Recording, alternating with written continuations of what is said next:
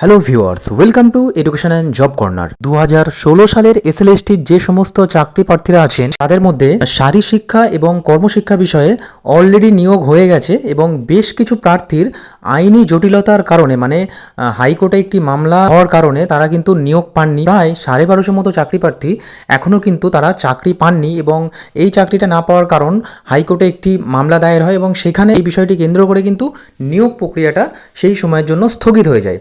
তারপরেই কিন্তু বিভিন্ন দপ্তরে তারা যোগাযোগ করেন এবং আন্দোলনও করেন। বারবার করে তারা বিভিন্ন চেষ্টার মাধ্যমে এখনও পর্যন্ত নিয়োগ পাননি।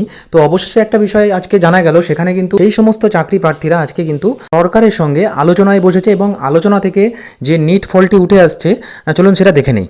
প্রার্থীদের দু জায়গায় দুটি কর্মসূচি একসাথে আপনাদের দেখাবো। একদিকে তৃণমূল ভবনে কুণাল ঘোষের সঙ্গে বৈঠক 2016 সালের এসএসসি ওয়ার্ক এডুকেশন এবং ফিজিক্যাল এডুকেশনের চাকরি প্রার্থীদের এবং দেখো, বৈঠক কিছুক্ষণ আগেই শুরু হয়েছে। আমরা যেমনটা জানি যে 2016 সালের শরীর শিক্ষা এবং কর্মশিক্ষায় যারা সুপারিশপত্র পেয়েছিলেন, নিয়োগপত্রও তারা পেয়েছিলেন, কিন্তু তাদের মধ্যে 1280 জন তাদের চাকরি পরবর্তী সময় আটকে যায়, যেহেতু আদালতে বিষয়টি ফের ওঠে এবং সেই কারণে আটকে যায়।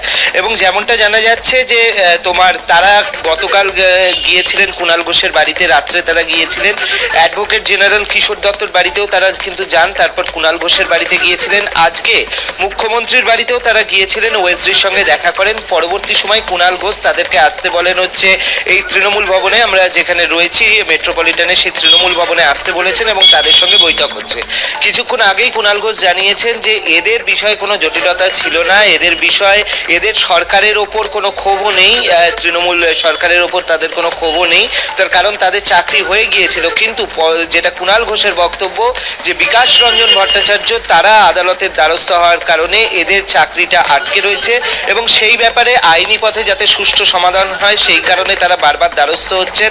সেই কারণে তারা এজির কাছেও গিয়েছিলেন, তারা মুখ্যমন্ত্রীর বাড়িতেও গিয়েছিলেন, কুণাল ঘোষের বাড়িতে গতকাল রাত্রে গিয়েছিলেন এবং আজকে তাদেরকে আসার জন্য বলা হয়েছে এবং তারা আজকে এসছেন। এবং এই মুহূর্তে আমরা যেরকমভাবে দেখতে পাচ্ছি এই যে তৃণমূল ভবন, সেই তৃণমূল ভবনে কিন্তু বৈঠক চলছে। বৈঠকের পরে জানা যাবে যে কি কোনো সমাধান সূত্র বা কোনো সাহায্যের আশ্বাস বেরোয় কিনা, অবশ্যই সেদিকে নজর থাকবে। ধন্যবাদ অর্ণব। গৌতম, তোমাকেও ধন্যবাদ।